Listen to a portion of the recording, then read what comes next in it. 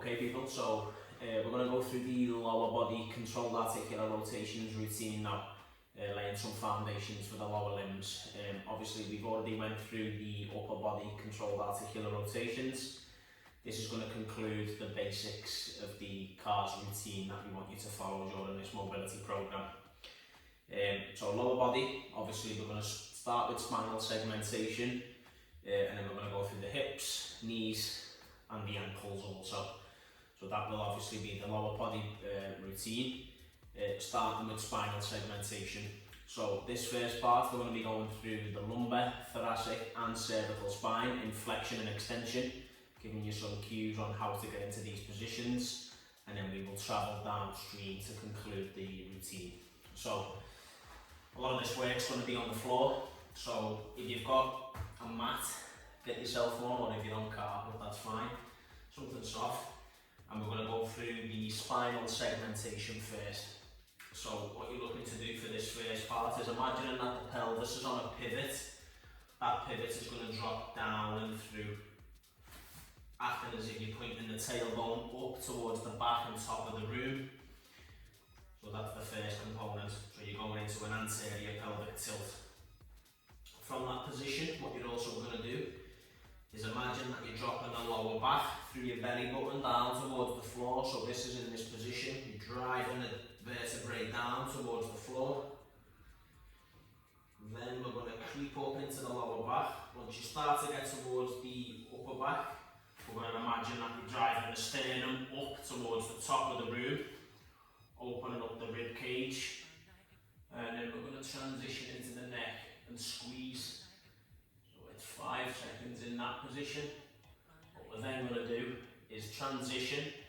So we're going to start at the pelvis again, and we're going to tuck the pelvis under, as if you're driving that through towards your chest.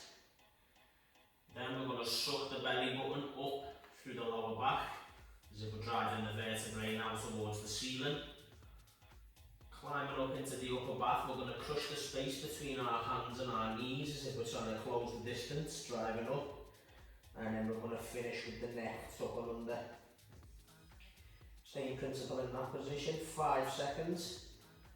This is your extension position.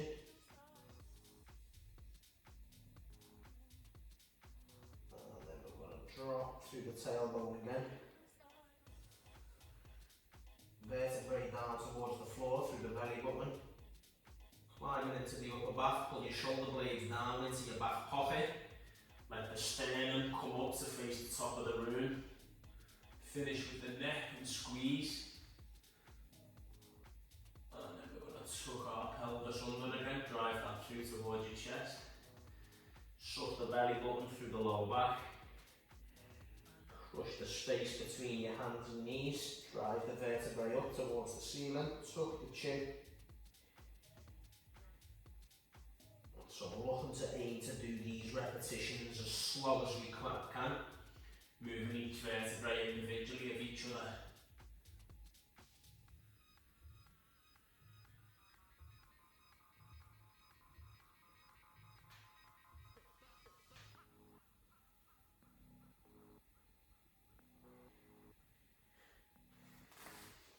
That is your spinal segmentation. Okay people, so now moving on to the hip capsule. Obviously we're going to be working left and right on this, but I'm just going to show you for an example on one leg. So what we're going to do to begin with is seated in a split position. All we're going to focus on here is rotation of the hip capsule first, and then we will put a flow together where we work all the ranges of the hip. So in this example we're going to be working the right leg, so we're going to tuck this side in. And then we're going to contract our quad. So imagine that you had some of these hands underneath the lower part of your back of the knee. You're going to imagine that you're crushing some of these hands there to contract your quads. And then you're also going to bring your toes up towards your head, so you're going to squeeze your tibialis. All we're going to do from there, drop out as far as you can to the side, external rotation. And then we're going to drive in as far as we can, internal rotation. External rotation, keeping the quads contracted. And internal rotation, squeezing. external.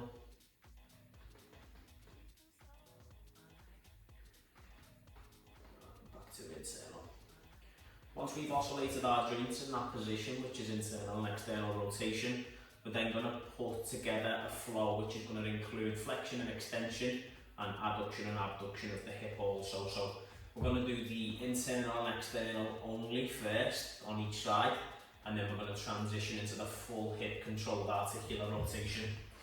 So for the hip controlled articular rotation, we're on our hands and knees again, and the first position we're looking to lock in is squeezing the heel up towards the glute and then pointing the toes down towards the shin.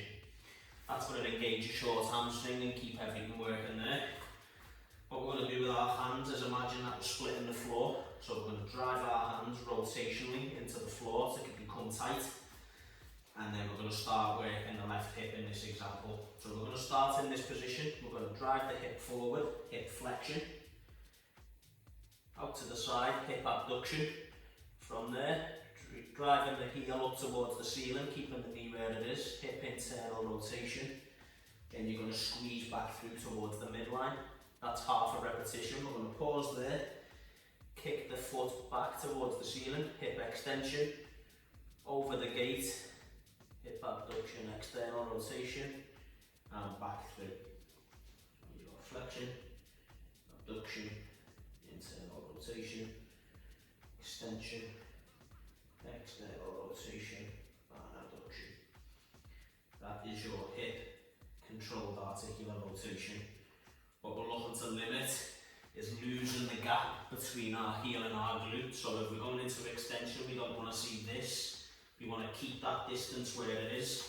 And then we're also looking to limit rotation of the spine. So we don't want to see this happen when we're coming through into the rotation position. We want the hip to do all the work. I have 2 mobility routines for the hip. Internal and external rotation only to begin with, and then the full hip controlled articular rotation afterwards. Next up, we've got our knee controlled articular rotations or tibial rotations. So similar to the hip, we're going to break down the rotational aspect first, and then we're going to put together a flow where we work all the positions that the knee can produce. So for this example, what I'm going to do is I'm going to roll my pants up, just to sort of show you the position that we want to get to rotate. So what you're going to do for these is a rear naked choke position to begin with. So working the left foot or the left knee, we're going to drive our right hand underneath, pull the knee up towards our chest, right hand comes across over the top, and that just clasps onto the bicep. So that's your rear naked choke position there. In that position, we're then going to bring our toes up towards our shin, which will activate the tibialis. What we're looking to do initially is simply internally and externally rotate the knee, similar to the hip. So we're going to drive internal and squeeze. Imagine that the big shin bone, tibia, is rotating. And then we're going to squeeze externally, 2 to 3 seconds in that position. And then we're just going to oscillate in and out of these 2 positions to begin with, internal and external rotation, purely to open up the joint. Once we've done 3 to 5 repetitions of that, we're then going to add in flexion and extension of the knee. So what we're going to do is same position, rear naked choke position. We're going to internally rotate, drive the knee up into extension, externally rotate, and then flex. Internal rotation, extension, external rotation, and flexion. We're then going to transition in and out of this position for our stated repetitions with as much control as we can. And then we're going to transition onto the opposite limb. That is your knee controlled articular rotation. Last part of the lower body controlled articular rotations we're going to be working is the ankle joint. If you can do so with these, try and use a yoga block. If you don't have a yoga block, you can use the opposite foot to sort of prop your foot up in position. So for the controlled articular rotations for the ankle, we're going to show you the 2 different views, frontal view and then a lateral view. So for this, we're going to be using the left foot, and I'm just going to take shoe and sock off to show you. So, first position, yoga block just goes underneath the bottom of the calf there. So you're going to have the end range of the Achilles and the foot hanging off the yoga block.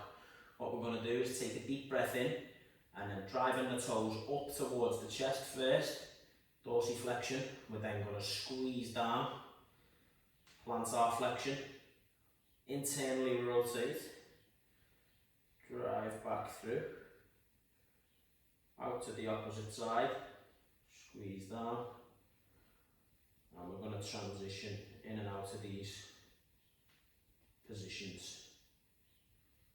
Once you've opened up your joints in them positions, you can also work the opposite range of motion, so you can start pointing up, squeeze down, come out to the side first, and then squeeze through. What we're looking to limit in terms of compensation or coupling patterns with the controlled articular rotations with the ankle is that the femur, the thigh bone, and the tibia, the shin bone, don't fake the movement for you. So you don't want to see this happening to move your ankle.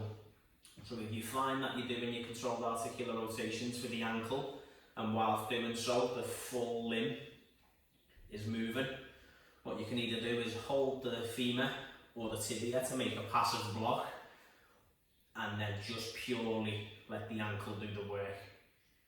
So they're the two sort of typical coupling patterns you will see. If you note that whilst doing your cars for the ankle, we're going to try and limit it by blocking either the tibia or the femur. That is your controlled articular rotations for the ankle joint.